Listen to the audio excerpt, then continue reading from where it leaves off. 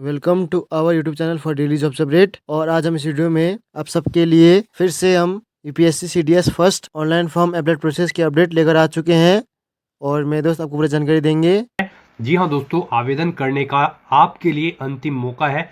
जल्दी से आप इस भर्ती एग्जाम के लिए आवेदन कर लीजिए, कहीं मौका हाथ से छूट न जाए। आवेदन करते समय किन किन गलतियों से आपको बचना होगा। जी हाँ दोस्तों, इन गलतियों को करने से आपके फॉर्म रिजेक्ट हो सकते हैं। उन गलतियों से आपको यहाँ पर बचना होगा आवेदन करने के लिए। तो आपको स्टेप बाय स्टेप वीडियो शुरू से लेके एंड तक देखनी होगी। इस वीडियो को कंप्लीटली देखने पर ही आपके सभी सवाल और डाउट क्लियर हो जाएंगे और आप सिंपल वे में आवेदन कर सकते हो। सबसे पहले आपको हमारी website UPSC CDS first online page पर विजिट करना होगा। इस पर विजिट करके आप यहां से यूपीएससी सीडीएस की कंप्लीट इंफॉर्मेशन चेकआउट कर सकते हो। यूपीएससी सीडीएस फर्स्ट एग्जामिनेशन 2025 के लिए 457 वैकेंसीज निकली है। डिफेंस सेक्टर के अंतर्गत यहाँ पर ये बड़ी भर्ती की अपडेट है। आवेदन इसके लिए 31 दिसंबर 2024 तक यहाँ पर होने जा रहे हैं।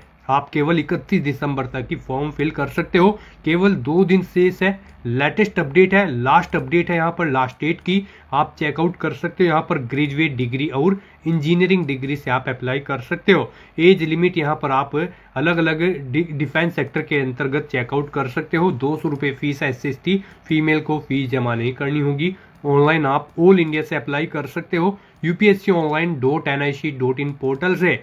आवेदन करने के लिए नोटिफिकेशन डाउनलोड करने के लिए लिंक दिए गए हैं। ऑफिशियल नोटिफिकेशन PDF लिंक पर क्लिक करके आप यहां से इसकी PDF डाउनलोड कर सकते हो और इसमें से आप कंप्लीट डिटेल चेकआउट कर सकते हो, जैसे कि क्या वैकेंसीज की इंफॉर्मेशन रहेगी, एलिजिबिलिटी क्राइटेरिया आपका क्या रहेगा, exam pattern, syllabus, exam centre, how to apply का कंप्लीट प्रोसीजर और फोटोग्राफ, सिग्नेचर आपको और डॉक्यूमेंट्स कैसे और कितने KB में अपलोड करने होंगे।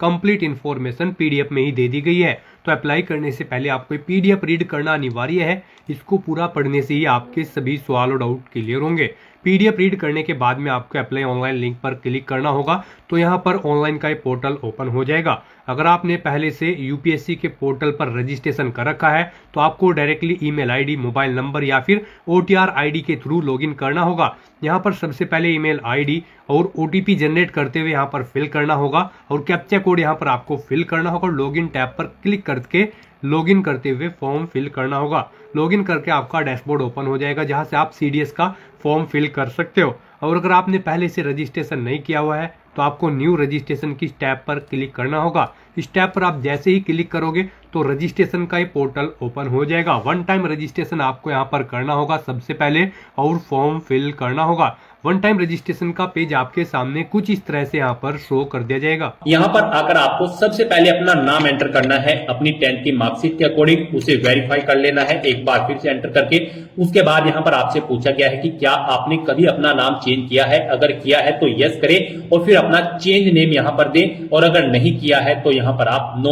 ऑप्शन सिलेक्ट कर ले। उसके बाद आप यहाँ पर अपना जेंडर सिलेक्ट करें, उसे वेरीफाई करें। अपनी डेट ऑफ बर्थ यहाँ पर आप सिलेक्ट करें। उसके बाद वही डेट ऑफ बर्थ एक बार फिर से यहाँ पर सिलेक्ट करके उसे वेरीफाई कर ले। फिर यहाँ पर आप अपने फादर का नाम एंटर करें और उसके बाद यहाँ पर आपको अपने फादर का नाम भी वेरीफाई कर लेना है एक बार फिर से एंटर करके। उसके बाद यहाँ पर आपको अपनी मदर का नाम एंटर करना है, उसे भी वेरीफाई कर लेना है। फिर आपको यहाँ पर अपना माइनॉरिटी स्टेटस देना है। क्या आप माइनॉरिटी कम्युनिटी के अंतर्गत आते हैं, अगर आते हैं तो यस करें और फिर अपनी माइनॉरिटी ऑप्शन कैटेगरी सिलेक्ट करें। आप कौन सी कैटेगरी में आते हैं और नहीं आते हैं तो यहाँ पर आपको नो ऑप्शन सिलेक्ट कर लेना है। उसके बाद यहाँ पर आपको अपना 10 डिजिट का मोबाइल नंबर एंटर करना है, अपनी ईमेल आईडी एंटर करनी है। कोई अल्टरनेट मोबाइल नंबर या ईमेल आईडी है तो उसे भी आप एंटर कर सकते हो, नहीं तो इन कॉलम्स को आप खाली छोड़ दें। उसके बाद यहाँ पर आपको अपनी 10वीं क्लास का रोल नंबर एंटर कर देना है। फिर आपसे यहाँ पर एक सिक्योरिटी क्वेश्चन आपको सिलेक्ट कर लेना है। अपनी चॉइस के अकॉर्डिंग कोई भी सिक्योरिटी क्वेश्चन सिलेक्ट करें, उसका आंसर दे।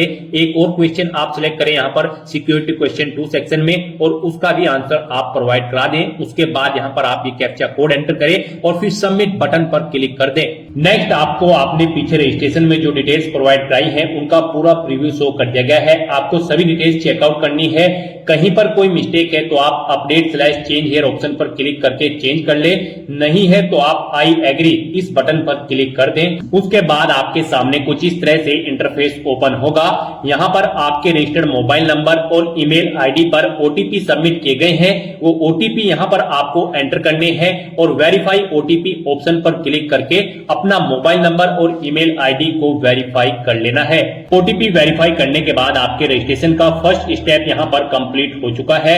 आपको सभी डिटेल्स प्रोवाइड करा दी गई है। आपको इसका एक प्रिंट आउट ले लेना है फ्यूचर यूज के लिए, या फिर इसे नोट डाउन करके रख लेना है। साथ ही साथ आपको एक ओटीआर आईडी प्रोवाइड कराई गई है। ये ओटीआर आईडी और एक पासवर्ड आपको आपकी रजिस्टर्ड मेल आईडी पर भी सबमिट किए गए हैं और ये ओटीआर आईडी आपके रजिस्टर्ड मोबाइल नंबर पर भी सबमिट की गई है। आपको इन्हें केयरफुली नोट डाउन करके रख लेना है फ्यूचर यूज के लिए। इस स्टेप को कंप्लीट करने के बाद आपको दोबारा से यहाँ पर लॉगिन की स्टेप पर क्लिक करना है। उसके बाद आपके सामने यहाँ पर लॉगिन का इंटरफेस ओपन होगा। गाइस, यहाँ पर आप ओटीआर आईडी के थ्रू लॉगिन कर सकते हैं या फिर मोबाइल नंबर के थ्रू या फिर ईमेल आईडी के थ्रू। ईमेल आईडी के थ्रू अगर आप लॉगिन करना चाहते हैं तो यहां पर आप अपनी ईमेल आईडी एंटर करें। उसके बाद गेट ओटीपी ऑप्शन पर क्लिक करें। आपकी ईमेल आईडी पर एक ओटीपी आएगा, वो ओटीपी आप यहां पर एंटर करें या फिर आप अपना पासवर्ड एंटर करें। जो पासवर्ड आपकी रजिस्टर्ड ईमेल आईडी पर आया है, ये सिक्योरिटी कोड यानी कि वेरिफिकेशन कोड आप यहां पर एंटर करें और लॉगिन की स्टेप पर क्लिक करके लॉगिन करें, या फिर आप मोबाइल नंबर के थ्रू यहां पर लॉगिन कर सकते हैं। आप अपना मोबाइल नंबर एंटर करें, गेट ओटीपी ऑप्शन पर क्लिक करें, एक ओटीपी आएगा, वो ओटीपी आप यहां पर एंटर करें और या फिर आप अपना पासवर्ड एंटर करके ये वेरिफिकेशन कोड यहां पर एंटर करके लॉगिन कर ले। या फिर अगर आप ओटीआर आईडी के थ्रू लॉगिन करना चाहते हैं तो आपके मोबाइल नंबर या फिर ईमेल आईडी पर जो ओटीआर आईडी आई है वो आईडी यहां पर आप एंटर करें और फिर आप अपना पासवर्ड यहां पर एंटर करें जो आपकी मेल आईडी पर आपका पासवर्ड आया है और उसके बाद ये वेरिफिकेशन कोड यहां पर एंटर करें और लॉगिन की स्टेप पर क्लिक करके लॉगिन कर ले। लॉगिन करने के बाद आपके सामने कुछ इस तरह से इंटरफेस ओपन होगा। यहां पर अगर आप कुछ चेंज करना चाहते हैं अपने रजिस्ट्रेशन में, जैसे कि अपने जेंडर में, तो क्लिक टू चेंज जेंडर इस ऑप्शन पर क्लिक करें और अपना जेंडर चेंज कर ले। और अगर आप अपने माइनॉरिटी स्टेटस में चेंज आउट करना चाहते हैं तो क्लिक टू चेंज ऑप्शन पर क्लिक करके इसमें भी आप चेंज कर सकते हैं। नहीं तो यहां पर अब आपको अपना नया पासवर्ड क्रिएट करना है। यहां पर गाइड अब आपको अपना नया पासवर्ड क्रिएट करना है। इसके लिए आपको गाइडलाइन दी गई है। आपका पासवर्ड कम से कम 8 कैरेक्टर का होना चाहिए और ये अल्फा न्यूमेरिक फॉर्मेट में होना चाहिए। मींस आपके पासवर्ड में कम से कम एक अपर केस कैरेक्टर, एक लोअर केस कैरेक्टर, एक इंटीजर नंबर और एक स्पेशल कैरेक्टर जैसे कि @ या फिर डॉलर होना चाहिए। वही पासवर्ड आपको यहां पर एक बार फिर से एंटर करके कंफर्म कर लेना है। हम आपको पासवर्ड का सैंपल दिखा रहे हैं, इसके अकॉर्डिंग आपको अपना पासवर्ड क्रिएट करना है। तो आपका अपना पासवर्ड कुछ इस फॉर्मेट में रेडी करना है। इसमें आपका एक अपर केस कैरेक्टर, एक लोअर केस कैरेक्टर, एक इंटीजर नंबर और एक स्पेशल कैरेक्टर होना चाहिए और इसकी लेंथ कम से कम 8 कैरेक्टर की होनी चाहिए। तो इस फॉर्मेट में आपको अपना पासवर्ड यहां पर क्रिएट करना है। उसके बाद आपको सबमिट बटन पर क्लिक कर देना है। सबमिट बटन पर क्लिक करने के बाद आप अपने डैशबोर्ड से लॉग आउट करें और फिर अब यहां पर आप इनमें से ईमेल आईडी, मोबाइल नंबर या फिर ओटीआर आईडी के थ्रू अपने डैशबोर्ड में दोबारा से लॉगिन करें। अपने नए पासवर्ड को एंटर करने के बाद यहां पर आप अपनी ओटीआर आईडी एंटर करें, अपना नया पासवर्ड एंटर करें जो आपने चेंज किया है, ये वेरिफिकेशन कोड यहां पर एंटर करें और लॉगिन बटन पर क्लिक करके लॉगिन कर लें। नेक्स्ट आपके सामने कुछ इस तरह से इंटरफेस ओपन होगा। गाइस, यहां पर हम आपको यूपीएससी का ओटीआर 1 टाइम रजिस्ट्रेशन करके दिखा रहे हैं। इसे कंप्लीट करने के बाद आप यूपीएससी में निकलने वाली सभी भर्तियों पर अप्लाई करने के लिए एलिजिबल हो जाएंगे। सभी भर्तियों पर अप्लाई करने से पहले आपको ऐसे ही ओटीआर करना पड़ता है, बिना इसके आप यूपीएससी की किसी भी भर्ती के लिए अप्लाई नहीं कर पाओगे। तो यहां पर आने के बाद आपको अपने डैशबोर्ड में अपनी ओटीआर की प्रोफाइल को कंप्लीट करना है। सबसे पहले यहां पर आपको अपनी पर्सनल इंफॉर्मेशन प्रोवाइड करानी है, तो आप यहां पर पर्सनल इंफॉर्मेशन के इस लिंक पर क्लिक करें। उसके बाद आपके सामने कुछ इस तरह से इंटरफेस ओपन होगा। यहां पर आपको आपकी कुछ चीजें ऑटोमेटिकली फिल मिल गई है जो आपने रजिस्ट्रेशन के फर्स्ट स्टेप में प्रोवाइड कराई थी। आपको इस पेज को नीचे स्क्रॉल डाउन करना है और यहां पर सबसे पहले अब आपको अपनी सिटीजनशिप सिलेक्ट कर लेनी है, फिर आपको अपनी मातृभाषा यहां पर सिलेक्ट कर लेनी है। उसके बाद यहां पर आपको अपना मैरिटल स्टेटस सिलेक्ट कर लेना है, आप मैरिड हो या फिर अनमैरिड। प्लेस ऑफ बर्थ आप यहां पर एंटर कर सिलेक्ट करें, आप इंडिया से है या फिर आउटसाइड ऑफ इंडिया से। उसके बाद यहां पर आप अपना पोस्ट ऑफिस का नाम एंटर करें, सिटी या टाउन या फिर विलेज का नाम एंटर करें, अपना स्टेट यहाँ पर आप सिलेक्ट करें, उसके बाद आप अपना डिस्ट्रिक्ट यहाँ पर सिलेक्ट करें, फिर आप अपना पिन कोड यहाँ पर एंटर कर दें। उसके बाद यहाँ पर आपको अपनी कम्युनिटी सिलेक्ट कर लेनी है, आप जिस भी कम्युनिटी से बिलोंग करते हैं।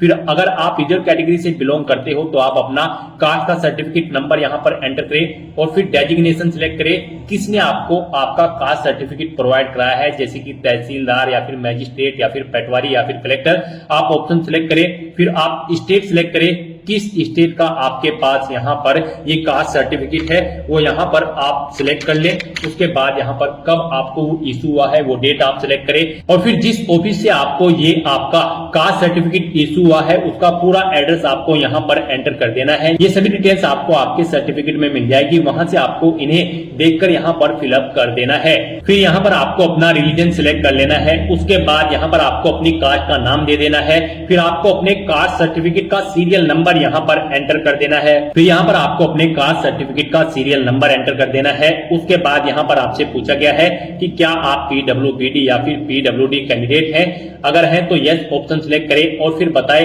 आपकी परसेंटेज क्या यहाँ पर 40% से अबव है, अगर है तो यस करें, नहीं है तो नो ऑप्शन सिलेक्ट करें। और अगर आप यहाँ पर पीडब्ल्यूबीडी या फिर पीडब्ल्यूडी कैंडिडेट नहीं है तो आपको नो ऑप्शन सिलेक्ट करना है। उसके बाद यहाँ पर आपको अपना फोटो आइडेंटिटी कार्ड यहाँ पर सिलेक्ट कर लेना है, कोई भी एक फोटो आइडेंटिटी कार्ड यहाँ पर आपको प्रोवाइड कराना है। आप ऑप्शन सिलेक्ट करें, driving licence, pan card, passport या फिर वोटर आईडी। उसके बाद उसका नंबर आप यहाँ पर एंटर कर दें। फिर यहाँ पर आपसे पूछा गया कि क्या आप पीएच या फिर पीडब्ल्यूबीडी कैंडिडेट हैं और यहाँ पर आप यूपीएससी के पहले के किसी एग्जाम में पार्टिसिपेट कर चुके हैं, अगर कर चुके हैं तो यस करें और फिर उसकी डिटेल दे, उस जैसे कि एग्जाम का नेम, उसका ईयर और अपना रोल नंबर आप यहाँ पर प्रोवाइड कराएं। और अगर आपने यूपीएससी के किसी भी एग्जाम में अब से पहले पार्टिसिपेट नहीं किया है तो यहाँ पर आपको नो ऑप्शन सिलेक्ट करना है। उसके बाद यहाँ पर आपसे पूछा गया है कि क्या आप अपनी पर्सनल इंफॉर्मेशन को यहाँ पर अवेलेबल कराना चाहते हैं, तो यहाँ पर आपको यस ऑप्शन सिलेक्ट कर लेना है। उसके बाद यहाँ पर आपको चेकबॉक्स को ओके करना है और सेव के इस बटन पर क्लिक करके अपनी पर्सनल इंफॉर्मेशन को सेव कर देना है। इस तरह से आपकी पर्सनल इंफॉर्मेशन यहाँ पर सेव हो जाएगी। इसके सामने आपको ओके का ग्रीन कलर का टिक मिल जाएगा। अब यहाँ पर आपको अपना एड्रेस इंफॉर्मेशन प्रोवाइड करानी है। एड्रेस इंफॉर्मेशन के इस लिंक पर क्लिक करें, उसके बाद आपके सामने कुछ इस तरह से इंटरफेस ओपन होगा। अब यहाँ पर आप अपना कोरोस्पोंडेंस एड्रेस एंटर करें, उसके बाद आप अपना परमानेंट एड्रेस यहाँ पर एंटर कर दें। और अगर आपका परमानेंट एड्रेस आपके कोरोस्पोंडेंस एड्रेस के अकॉर्डिंग सेम है तो यहाँ पर click here if your permanent postal address is same as correspondence address, आप इस चेकबॉक्स पर ओके कर दें। ऑटोमेटिकली आपका परमानेंट एड्रेस आपके कोरोस्पोंडेंस एड्रेस के अकॉर्डिंग फिल हो जाएगा। उसके बाद आप सेव के इस बटन पर क्लिक करके अपनी एड्रेस की इंफॉर्मेशन को आप सेव कर दें। एड्रेस की इंफॉर्मेशन प्रोवाइड कराने के बाद आपको अपना फोटो और सिग्नेचर अपलोड करने हैं, तो आप फोटो एंड साइन अपलोड इस लिंक पर क्लिक करें। आपके सामने कुछ इस तरह से इंटरफेस शो होगा। यहाँ पर आपको दी गई गाइडलाइंस के अकॉर्डिंग अपना फोटो और सिग्नेचर अपलोड करने हैं। गाइस यहाँ पर आपका फोटोग्राफ जेपीजी फॉर्मेट में होना चाहिए और आपका फोटो का डायमेंशन 550 पिक्सल से 1000 पिक्सल के बीच में होना चाहिए और आपका फोटो यहाँ पर कुछ इस तरह से होना चाहिए। उसके नीचे यहाँ पर आपको अपना नाम एंटर करना है और फिर किस डेट को यहाँ पर क्रिएट हुआ है वो डेट आपको यहाँ पर एंटर कर देनी है। यहाँ पर आपके फोटो का बैकग्राउंड व्हाइट कलर में होना चाहिए और ये 10 दिन से ओल्ड नहीं होना चाहिए। मीन जिस दिन आप फॉर्म भर रहे हैं उससे 10 दिन से ज्यादा पुराना फोटो आपका नहीं होना चाहिए। तो यहाँ पर आपको चूज फाइल बटन पर क्लिक करना है, फाइल को सिलेक्ट कर लेना है और अपना फोटो यहाँ पर आपको अपलोड कर देना है। अपना फोटो सिलेक्ट करने के बाद आपको इस चेकबॉक्स को ओके करना है और फिर आपको सेव बटन पर क्लिक कर देना है। और अगर आपका फोटो यहाँ पर बड़ा या छोटा है, आप उसे रिसाइज करना चाहते हैं, तो यहाँ पर आप क्लिक हियर के इस लिंक पर क्लिक करें। यहाँ पर आपको पूरी गाइडलाइन दी गई है कैसे आप अपना फोटो यहाँ पर रिसाइज कर सकते हैं। यहाँ पर आपको अपने कंप्यूटर में MS पेंट ओपन कर लेना है, उसमें अपना फोटो इंपोर्ट कर लेना है और इन इंस्ट्रक्शंस को फॉलो करते हुए आपको अपना फोटो यहाँ पर रिसाइज कर लेना है। आप अपना फोटो इन इंस्ट्रक्शंस को फॉलो करते हुए रिसाइज कर सकते हैं, उसे बड़ा या छोटा आप कर सकते हैं। अपना फोटो इस तरह से अपलोड करने के बाद अब आपको सिग्नेचर की स्टेप पर क्लिक करना है और अपने सिग्नेचर भी आपको यहाँ पर गाइडलाइन के अकॉर्डिंग ही अपलोड करने हैं। आपके सिग्नेचर भी जेपीजी फॉर्मेट में होने चाहिए। डायमेंशन इनकी 350 पिक्सल से 550 पिक्सल के बीच में होनी चाहिए और इनका साइज 20 से 300 केबी के बीच में होना चाहिए। तो यहाँ पर अब आपको अपने सिग्नेचर अपलोड करने हैं। इसके लिए भी आपको चूज फाइल बटन पर क्लिक करना है, फाइल को सिलेक्ट कर लेना है और अपने सिग्नेचर्स को यहाँ पर आपको अपलोड कर देना है। सिग्नेचर की फाइल सिलेक्ट करने के बाद आपको इस चेकबॉक्स को ओके करना है और सेव के इस बटन पर क्लिक करके अपने सिग्नेचर को भी अपलोड कर देना है। अपने फोटो और सिग्नेचर अपलोड करने के बाद अब आपको एजुकेशनल इंफॉर्मेशन इस लिंक पर क्लिक करना है और यहाँ पर अपनी एजुकेशनल क्वालिफिकेशन की डिटेल प्रोवाइड करानी है। यहाँ पर सबसे पहले आपको अपनी 10वीं क्लास की डिटेल प्रोवाइड करानी है। तो यहाँ पर आपको सबसे पहले अपनी 10वीं क्लास की डिटेल प्रोवाइड करानी है। यहाँ पर आप अपनी क्लास या डिवीजन बताएं या फिर ग्रेड जो भी आपने 10वीं क्लास में ऑब्टेन की है। जैसे कि अगर आपने फर्स्ट डिवीजन ऑब्टेन की है तो यहाँ पर फर्स्ट एंटर करें। उसके बाद आपने कितने परसेंट मार्क्स ऑब्टेन किए हैं वो यहाँ पर आप एंटर करें। सीजीपीए में स्कोर है तो यहाँ पर आप अपना सीजीपीए दें, कितने में से कितने आपका सीजीपीए है। उसके बाद पासिंग ऑफ ईयर आप प्रोवाइड कराएं, कब आपने अपना 10वीं का एग्जाम पास आउट किया है, कौन कौन से सब्जेक्ट है यहाँ पर आप एंटर करें। यहाँ पर आपको अपने सभी सब्जेक्ट के नाम एंटर कर देने हैं बिना कोई स्पेशल कैरेक्टर यूज किए हुए, जैसे कि कोमा वगैरह आपको यहाँ पर नहीं लगाना है और अपने सभी सब्जेक्ट्स का नाम यहाँ पर आपको स्पेस देकर एंटर कर देना है। उसके बाद यहाँ पर आपको स्कूल का नाम देना है जिससे आपने अपनी 10वीं क्लास पास आउट की है। फिर बोर्ड या यूनिवर्सिटी का नाम देना है जिससे आपने अपनी 10वीं क्लास पास आउट की है। उसके बाद आपको सेव के इस बटन पर क्लिक करके अपनी ये सभी डिटेल सेव कर देनी है। 10th क्लास की डिटेल प्रोवाइड कराने के बाद आपको अपनी 12th क्लास की डिटेल यहाँ पर प्रोवाइड करानी है। तो यहाँ पर आप अपनी 12th आपने अगर कंप्लीट कर ली है तो कंप्लीटेड ऑप्शन सिलेक्ट करें और फिर उसकी डिटेल दें। और अगर आप यहाँ पर अपीयर है तो यहाँ पर आप अपीयरिंग ऑप्शन सिलेक्ट करें। उसके बाद यहाँ पर कोई डिटेल आपको प्रोवाइड नहीं करानी है। तो यहाँ पर अगर आप अपनी 12th कंप्लीट कर चुके हैं तो आपको कंप्लीटेड ऑप्शन सिलेक्ट करना है और अपनी 12th की डिटेल को यहाँ पर प्रोवाइड कराना है। यहाँ पर भी आपको सबसे पहले क्लास या डिवीजन बतानी है जो आपने 12th क्लास में ऑब्टेन की है, कितने परसेंट मार्क्स आपने ऑब्टेन किए हैं वो भी आपको एंटर करना है। सीजीपीए में अगर स्कोर है तो कितने में से कितने सीजीपीए आपने ऑब्टेन किया है वो यहाँ पर आप एंटर कर दे।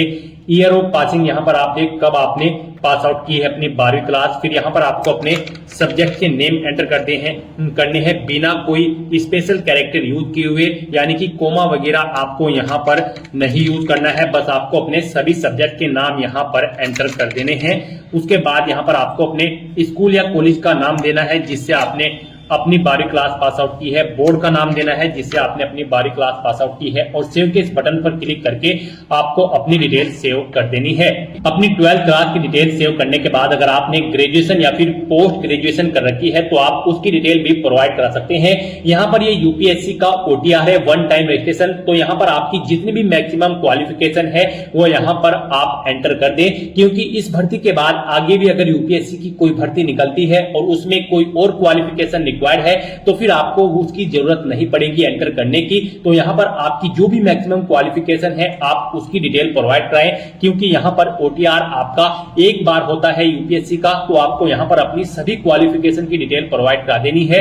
जैसे कि अगर आपने ग्रेजुएशन कंप्लीट कर ली है तो आप कंप्लीटेड ऑप्शन सिलेक्ट करें, या फिर अपीयर हो तो अपीयर ऑप्शन सिलेक्ट करें।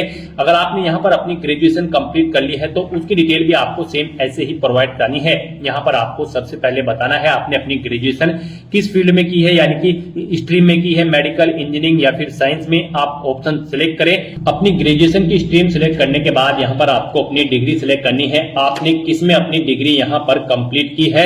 उसके बाद यहाँ पर आपको अपनी डिग्री की डिवीजन बतानी है या फिर क्लास बतानी है। आपने फर्स्ट क्लास में ऑब्टेन की है या फिर सेकंड में या फिर थर्ड में, कितने परसेंट मार्क्स आपने ऑब्टेन किए हैं वो एंटर करें। सीजीपीए में अगर स्कोर है तो वो आप एंटर कर दे। कब आपने पास आउट की है वो यहाँ पर आप एंटर करें। फिर सब्जेक्ट कौन कौन से थे वो यहाँ पर आप एंटर कर दे बिना कोई स्पेशल कैरेक्टर यूज किए हुए। उसके बाद यहाँ पर आपसे पूछा गया है आपके स्कूल का नाम, किससे आपने अपनी डिग्री कंप्लीट की है। फिर बोर्ड या यूनिवर्सिटी का नाम यहाँ पर आप सिलेक्ट करें। उसके बाद यहाँ पर आपको अपने ग्रेजुएशन सर्टिफिकेट का नंबर एंटर कर देना है। उसके बाद कब आपको वो इशू हुआ है आपका सर्टिफिकेट, वो डेट आपको सिलेक्ट कर लेनी है। आपको डेजिग्नेशन बतानी है इश्यूइंग अथॉरिटी की जिसने आपको ये सर्टिफिकेट इशू किया है। उसके बाद आपको फुल एड्रेस यहाँ पर उस अथॉरिटी का एंटर कर देना है। फिर यहाँ पर आपको पूछा गया है कि क्या आपने बेसिक एजुकेशनल क्वालिफिकेशन या फिर हायर क्वालिफिकेशन ऑब्टेन की है फॉरेन इंस्टीट्यूट से। अगर की है तो यस करें और फिर उसकी डिटेल दे, नहीं की है तो आप नो ऑप्शन सिलेक्ट कर लें। उसके बाद यहाँ पर आपको सेव के इस बटन पर क्लिक करके अपनी डिटेल्स को सेव कर देना है। इस तरह से अपनी ग्रेजुएशन की डिटेल सेव करने के बाद अगर आपने पोस्ट ग्रेजुएशन कर रखी है तो आप पोस्ट ग्रेजुएशन की टैब पर क्लिक करें और सेम ऐसे ही अपनी पोस्ट ग्रेजुएशन की डिटेल प्रोवाइड करा दें। तो यहाँ पर आपने जो भी मैक्सिमम क्वालिफिकेशन कर रखी है तो उसकी डिटेल आप प्रोवाइड करा दें और उन्हें सेव करने के बाद आपको फिर डॉक्यूमेंट्स अपलोड इस लिंक पर क्लिक करना है। नेक्स्ट यहाँ पर आपको अपने कुछ डॉक्यूमेंट्स अपलोड करने हैं। यहाँ पर आपको अपनी 10वीं की मार्कशीट और यहाँ पर 12वीं की मार्कशीट और फोटो आईडी प्रूफ आपको अपलोड करना है। और अगर आप यहाँ पर SC ST OBC कैंडिडेट हैं तो यहाँ पर आपको अपना कास्ट सर्टिफिकेट भी अपलोड करना है। फिर यहाँ पर अगर आप एज में रिलेक्शन चाहते हैं तो अपने एज रिलेक्शन का क्लेम सर्टिफिकेट अपलोड कर दें। हिल एरिया से अगर आप बिलोंग करते हो तो हिलिंग सर्टिफिकेट आपको अपलोड करना होगा। अगर आप अरुणाचल प्रदेश, मणिपुर, मेघालय, मिजोरम या फिर नागालैंड या फिर सिक्किम से हैं, अगर आपने पोस्ट ग्रेजुएशन से ऊपर भी यहाँ पर कोई हायर क्वालिफिकेशन कर रखी है तो उसके डॉक्यूमेंट सर्टिफिकेट आपको अपलोड करने हैं। अचीवमेंट अगर आपके पास है किसी फील्ड में या फिर अवार्ड आपने जीता है तो उसके डॉक्यूमेंट भी आप अपलोड कर सकते हैं। यहाँ पर जिनके ऊपर रेड कलर का स्टार बना हुआ है वो डॉक्यूमेंट आपको यहाँ पर जरूर अपलोड करने हैं। आपका डॉक्यूमेंट्स यहाँ पर PDF फॉर्मेट में होने चाहिए और उनका मैक्सिमम साइज 1 MB रखा गया है। आपको चूज फाइल बटन पर क्लिक करना है, फाइल को सिलेक्ट कर लेना है और 1 बाय 1 करके अपने इन सभी डॉक्यूमेंट्स को आपको अपलोड कर देना है। अपने इन सभी डॉक्यूमेंट्स को सक्सेसफुली अपलोड करने के बाद आपको पेरेंटल इंफॉर्मेशन इस लिंक पर क्लिक कर देना है। उसके बाद आपके सामने कुछ इस तरह से इंटरफेस ओपन होगा। अब यहाँ पर आपको अपने गार्जियंस, अपने फादर और मदर की इंफॉर्मेशन प्रोवाइड करानी है। सबसे पहले आपको अपनी फादर की इंफॉर्मेशन प्रोवाइड करानी है। उनकी नेशनलिटी आप सिलेक्ट करें, फिर उनका प्रोफेशन आप यहाँ पर सिलेक्ट कर लें। उसके बाद यहाँ पर आपको उनका एड्रेस एंटर करना है। आप उनका एड्रेस एंटर कर दें या फिर अगर उनका एड्रेस आपके एड्रेस के अकॉर्डिंग सेम है तो यहाँ पर आप कोरोस्पोंडेंस एड्रेस या फिर परमानेंट एड्रेस आपके जिस भी एड्रेस से सेम है यहाँ पर आप उस लिंक पर क्लिक कर दें। ऑटोमेटिकली उनका एड्रेस भी आपके एड्रेस के अकॉर्डिंग फिल हो जाएगा। और अगर आपके फादर यहाँ पर सर्विस में हैं या फिर रिटायर्ड हो चुके हैं तो उनकी पोस्ट का नाम यहाँ पर आपको एंटर करना है। उनकी एनुअल इनकम यहाँ पर आपको एंटर करनी है। फिर यहाँ पर वो कौन से स्टेट से बिलोंग करते हैं वो स्टेट आपको सिलेक्ट कर लेना है, डिस्ट्रिक्ट सेलेक्ट कर लेना है उनका। और इस तरह से अपनी डिटेल्स फिल करने के बाद आपको सेव बटन पर क्लिक करके अपने फादर की डिटेल को सेव कर देना है। और उसके बाद आपको मदर इंफॉर्मेशन इस टैब पर क्लिक करके अपनी मदर की इंफॉर्मेशन भी सेम ऐसे ही यहाँ पर आपको प्रोवाइड करानी है। मदर की इंफॉर्मेशन में भी आपको सबसे पहले अपनी मदर की नेशनलिटी सिलेक्ट कर लेनी है, उनका प्रोफेशन आपको सिलेक्ट कर लेना है और उनका एड्रेस भी आप यहाँ पर एंटर कर सकते हो। नहीं तो यहाँ पर आप कोरोस्पोंडेंस या फिर परमानेंट एड्रेस या फिर फादर एड्रेस ऑप्शन सिलेक्ट करके इन्हीं का एड्रेस यहाँ पर फिल हो जाएगा जिस भी लिंक पर आप क्लिक करेंगे। उसके बाद अगर वो यहाँ पर कार्यरत है यानी कि सर्विस करती हैं या फिर रिटायर्ड हो चुकी है तो उनकी पोस्ट का नाम यहाँ पर आप एंटर कर दें। उनकी एनुअल इनकम कितनी है वो यहाँ पर आप एंटर कर दें। नहीं है तो आप नोट एप्लीकेबल यहाँ पर एंटर कर सकते हैं। और अगर एनुअल इनकम नहीं है तो यहाँ पर आप 0 एंटर कर सकते हैं। उसके बाद आपकी माता किस स्टेट से बिलोंग करती है यहाँ पर आप उस स्टेट का नाम सिलेक्ट करें। उसके बाद डिस्ट्रिक्ट सिलेक्ट करें और फिर उनकी ये डिटेल सेव के इस बटन पर क्लिक करके सेव कर दें। नेक्स्ट यहाँ पर आपको अपनी एम्प्लॉयमेंट इंफॉर्मेशन प्रोवाइड करानी है। आपको एम्प्लॉयमेंट इंफॉर्मेशन के इस लिंक पर क्लिक करना है। उसके बाद आपके सामने कुछ इस तरह से इंटरफेस ओपन होगा। यहाँ पर आपसे पूछा गया है आप सेंट्रल गवर्नमेंट के एम्प्लॉय हैं या फिर स्टेट गवर्नमेंट में आपने सर्विस की है या फिर PSU में या फिर किसी प्राइवेट सेक्टर में या फिर किसी अदर में। आप ऑप्शन सिलेक्ट करें और फिर उसकी डिटेल दें। और अगर आप एम्प्लॉय नहीं है आपको यहाँ पर नॉट एम्प्लॉयड ऑप्शन सिलेक्ट करना है और फिर आपको यहाँ पर नो ऑप्शन सिलेक्ट करने हैं और सेव बटन पर क्लिक कर देना है। इस तरह से आपकी एम्प्लॉयमेंट इंफॉर्मेशन यहाँ पर सेव हो जाएगी। उसके बाद आपको UPSC एग्जामिनेशन इंफॉर्मेशन इस लिंक पर क्लिक करना है। उसके बाद आपके सामने कुछ इस तरह से इंटरफेस ओपन होगा। यहाँ पर आपसे पूछा गया है कि क्या आपको UPSC ने कभी एग्जाम में बैठने से रोका है। अगर रोका है तो यस करें और फिर उसकी डिटेल दे। नहीं रोका है तो यहाँ पर आप नो ऑप्शन सिलेक्ट कर ले। फिर आपसे पूछा गया है कि क्या आप UPSC के प्रीवियस ईयर के एग्जामिनेशन में भी पार्टिसिपेट किए हैं। अगर किए हैं तो यस करें और फिर उसकी डिटेल दे। नहीं किए हैं तो आप नो ऑप्शन सिलेक्ट कर लें। और फिर आपसे पूछा गया है कि लास्ट के कुछ ईयर में आपने सिविल सर्विस एग्जामिनेशन में पार्टिसिपेट किया है और आपको सर्विस या फिर पोस्ट ऑफर्ड हुई है। अगर हुई है तो यस करें और उसकी डिटेल दें, नहीं हुई है तो आपको नो ऑप्शन सिलेक्ट कर लेना है। इस तरह से अपनी डिटेल्स फिल करने के बाद अब आपको सेव के इस बटन पर क्लिक करना है, अपनी इस डिटेल को सेव कर देना है और फिर आपको achievement, prizes, medals and other इस लिंक पर क्लिक कर देना है और यहाँ पर अपनी अचीवमेंट्स की डिटेल आपको प्रोवाइड करानी है। यहाँ पर अगर आपने यूनिवर्सिटी या फिर स्टेट या फिर नेशनल लेवल पर किसी गेम में पार्टिसिपेट किया है और आपको कोई प्राइज या फिर मेडल या फिर स्कॉलरशिप मिली है तो यहाँ पर आप उसकी डिटेल दे सकते हैं। स्पोर्ट में अगर आपके पास एनसीसी या फिर अदर है तो आप यहाँ पर उसकी डिटेल दें और अगर आपने किसी कोई पोजीशन डिस्ट्रिक्शन लीडरशिप हासिल की है स्कूल या कॉलेज में उसकी डिटेल प्रोवाइड करा दें। कोई अदर एक्स्ट्रा करिकुलम एक्टिविटीज आपने की है तो उसकी डिटेल प्रोवाइड करा सकते हैं। तो इस तरह से यहाँ पर आपको अपने इन अचीवमेंट्स की, प्राइजेस की, मेडल्स की डिटेल यहाँ पर प्रोवाइड करानी है। अगर आपने अचीवमेंट्स यहाँ पर ऑब्टेन किए हैं, नहीं किए हैं तो आप इनको खाली छोड़ सकते हैं। फिर यहाँ पर आपसे पूछा गया है कि क्या आपके पास यहाँ पर 5 एकड़ एग्रीकल्चर लैंड है और यहाँ पर आपका रेजिडेंशियल फ्लैट 1000 स्क्वायर मीटर से ज्यादा है या फिर रेजिडेंशियल प्लॉट आपका 100 स्क्वायर यार्ड से अबव है या फिर आपका रेजिडेंशियल प्लॉट यहाँ पर 200 स्क्वायर यार्ड या फिर उससे अबव है। अगर इनमें से कोई भी ऑप्शन है तो आप यस ऑप्शन सिलेक्ट करें, नहीं तो नो ऑप्शन सिलेक्ट करें। फिर यहाँ पर आपको अपनी लैंग्वेज की डिटेल प्रोवाइड करानी है। कौन कौन सी लैंग्वेज आप जानते हैं, जैसे कि हिंदी, और उसे आप रीड, राइट, स्पीक और जो भी जानते हैं यहाँ पर आप ऑप्शन सिलेक्ट करें और फिर एग्जामिनेशन आपने कौन सा पास आउट किया है वो एग्जामिनेशन आप यहाँ पर एंटर कर दें। इस तरह से यहाँ पर आपको अपनी लैंग्वेज की डिटेल प्रोवाइड करनी है। अगर आप एक से ज्यादा लैंग्वेज जानते हैं तो यहाँ पर ऐड के इस बटन पर क्लिक करें, फिर यहाँ पर आप अपनी दूसरी लैंग्वेज सिलेक्ट करें और उसकी डिटेल दें। इस तरह से अपनी लैंग्वेज की डिटेल आपको यहाँ पर प्रोवाइड करनी है और फिर आपको सेव के इस बटन पर क्लिक करके अपनी ये डिटेल सेव कर देनी है। इस तरह से आपके वन टाइम रजिस्ट्रेशन की प्रोफाइल आपकी कंप्लीट हो जाएगी। यहाँ पर इन सभी ऑप्शन के सामने आपको ग्रीन कलर का ओके का टिक मिल जाएगा। तो यहाँ पर आपकी ओटीआर की प्रोफाइल कंप्लीट हो चुकी है। गाइस, यहाँ पर ओटीआर कंप्लीट करने के बाद आपको यूपीएससी की भर्तियों के लिए अप्लाई करना है। उसके लिए आपको लेटेस्ट नोटिफिकेशन की स्टेप पर क्लिक करना है। उसके बाद यहाँ पर यूपीएससी की जितनी भी भर्तियां यहाँ पर करंट में रनिंग में होगी उनकी लिस्ट यहाँ पर आपको दे दी जाएगी। गाइस, हम यहाँ पर आपको यूपीएससी सीडीएस फर्स्ट एग्जामिनेशन 2025 की भर्ती के लिए अप्लाई करके दिखा रहे हैं। तो यहाँ पर आपको एग्जामिनेशन परीक्षा में combined defence service examination first 2025 के सामने यहाँ पर आकर आपको क्लिक हियर फॉर पार्ट 1 भाग 1 के लिए यहाँ क्लिक करें। आपको इस लिंक पर क्लिक कर देना है। उसके बाद आपके सामने ये इंस्ट्रक्शंस ओपन होंगे, आपको इन्हें केयरफुली रीड करना है, पेज को नीचे स्क्रॉल डाउन करना है और फिर यहाँ पर आपको यस हाँ इस ऑप्शन पर क्लिक कर देना है। उसके बाद आपको ओके करना है। नेक्स्ट यहाँ पर आपकी सभी डिटेल्स आपके ओटीआर वन टाइम रजिस्ट्रेशन पे आपने जो डिटेल्स प्रोवाइड कराई थी उनसे पिकअप कर ली गई है। अब यहाँ पर आपको आई hereby declare that all the details given above are true इस चेकबॉक्स को ओके करना है और फिर आपको आई एग्री इस ऑप्शन पर क्लिक कर देना है। इस तरह से यहाँ पर आप पार्ट 1 के लिए सक्सेसफुली अप्लाई कर चुके हो। अब आपको पार्ट 2 के लिए अप्लाई करना है। अब यहाँ पर आप क्लिक हियर फॉर पार्ट 2 इस लिंक पर क्लिक कर दें। उसके बाद आपके सामने कुछ इस तरह से इंटरफेस ओपन होगा। आपको पेज को नीचे स्क्रॉल डाउन करना है। यहाँ पर भी आपकी मोस्टली सभी डिटेल्स आपके ओटीआर वन टाइम रजिस्ट्रेशन से पिक कर ली गई है।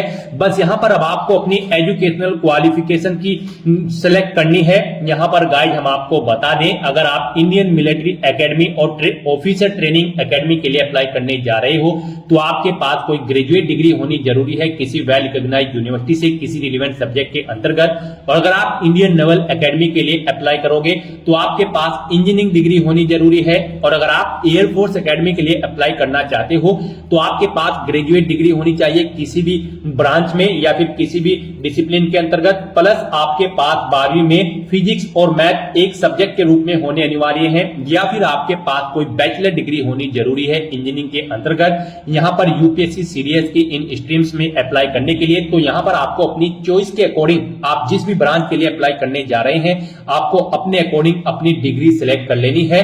उसके बाद यहाँ पर आपको अपना फोन नंबर एंटर कर देना है। ये ऑप्शनल है, अगर आप करना चाहते हैं तो कर दें, नहीं तो आप इस कॉलम को खाली छोड़ दें। और उसके बाद आपको यहाँ पर कंटिन्यू / आगे बढ़ें इस ऑप्शन पर क्लिक कर देना है।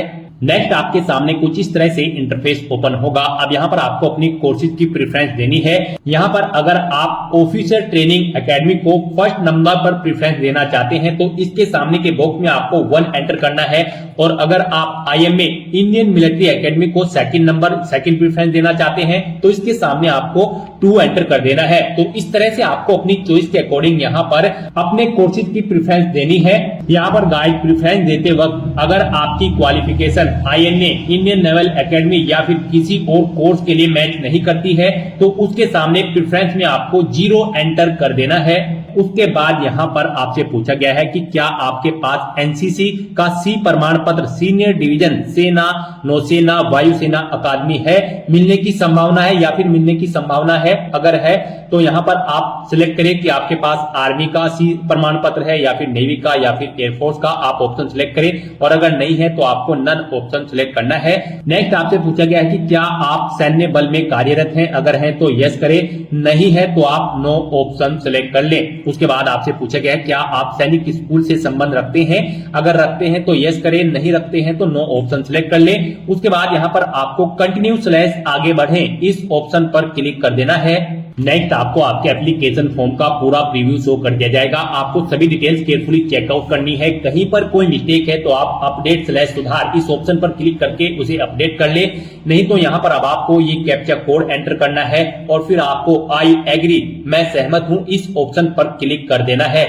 इस तरह से यहाँ पर आपका पार्ट 2 का फॉर्म भी सक्सेसफुली फिल हो चुका है यूपीएससी सीडीएस फर्स्ट एग्जामिनेशन 2025 का। अब यहाँ पर आपको अपने फॉर्म की एक स्लिप प्रिंट कर लेनी है। प्रिंट स्लिप ऑप्शन पर क्लिक करने के बाद ये प्रिंट स्लिप आपकी रजिस्टर्ड ईमेल आईडी पर भी सबमिट कर दी गई है, वहां से भी आप इसे गेट कर सकते हो। तो यहाँ पर अब आपको लेटेस्ट नोटिफिकेशन की टैब पर क्लिक करना है। उसके बाद यहाँ पर आपको सीडीएस के इसी सेक्शन में आना है और यहाँ पर अब आपको centre selection and agreeing to declaration इस लिंक पर क्लिक करना है और अपने सेंटर्स का आपको सिलेक्शन कर लेना है। यहाँ पर आपको अपना परीक्षा केंद्र एग्जामिनेशन सेंटर सिलेक्ट करना है जहां पर आप एग्जाम में पार्टिसिपेट करना चाहते हो। उसके बाद आपको डिक्लेरेशन घोषणा पत्र को रीड करना है और फिर आपको I have read the declaration and agree इस ऑप्शन पर क्लिक कर देना है। उसके बाद यहाँ पर आपके सामने कुछ इस तरह से इंटरफेस ओपन होगा। यहाँ पर आपका एप्लीकेशन फॉर्म सक्सेसफुली फिल हो चुका है, उसके सभी स्टेप्स कंप्लीट हो चुके हैं। उसकी एक एक्नॉलेजमेंट स्लिप आपकी रजिस्टर्ड ईमेल आईडी पर भी सबमिट कर दी गई है, वहां से आप उसे गेट कर सकते हो। तो यहाँ पर अब आपको फॉर एप्लीकेशन स्टेटस एप्लीकेशन का स्टेटस चेकआउट करने के लिए इस लिंक पर क्लिक करना होगा। उसके बाद आपके सामने कुछ इस तरह से इंटरफेस ओपन होगा। अब यहां पर आप चेकआउट कर सकते हो कंबाइंड डिफाइंड सर्विस एग्जामिनेशन के सभी स्टेटस। यहां पर पार्ट 1 का स्टेटस, पार्ट 2 का स्टेटस और पार्ट 3 का स्टेटस कंप्लीट हो चुका है। एप्लीकेशन स्टेटस भी आप चेकआउट कर सकते हो, आपका एप्लीकेशन का स्टेटस भी यहां पर कंप्लीट हो चुका है, यानी कि आप कंप्लीट रूप से सीडीएस फर्स्ट एग्जामिनेशन 2025 के लिए अप्लाई कर चुके हो। अब आप यहां पर क्लिक हियर के इस लिंक पर क्लिक करें और अपने एप्लीकेशन फॉर्म का एक हार्ड कॉपी प्रिंट आउट ले लें। इस लिंक पर क्लिक करने के बाद आपके सामने आपका फॉर्म ओपन हो जाएगा। यहां पर आप प्रिंट के इस बटन पर क्लिक करके अपने फॉर्म का एक हार्ड कॉपी प्रिंट आउट ले सकते हो फ्यूचर यूज के लिए। तो दोस्तों ऐसे आप यूपीएससी सीडीएस फर्स्ट 2025 एग्जामिनेशन के लिए अपने फॉर्म अप्लाई कर सकते हो बिना कोई मिस्टेक किए हुए। आज की इस वीडियो में बस इतना ही। आई होप ये वीडियो आपको पसंद आई होगी। अगर पसंद आई हो तो इसे लाइक और शेयर करें, चैनल पर नए हो तो इसे सब्सक्राइब कर लें। थैंक्स।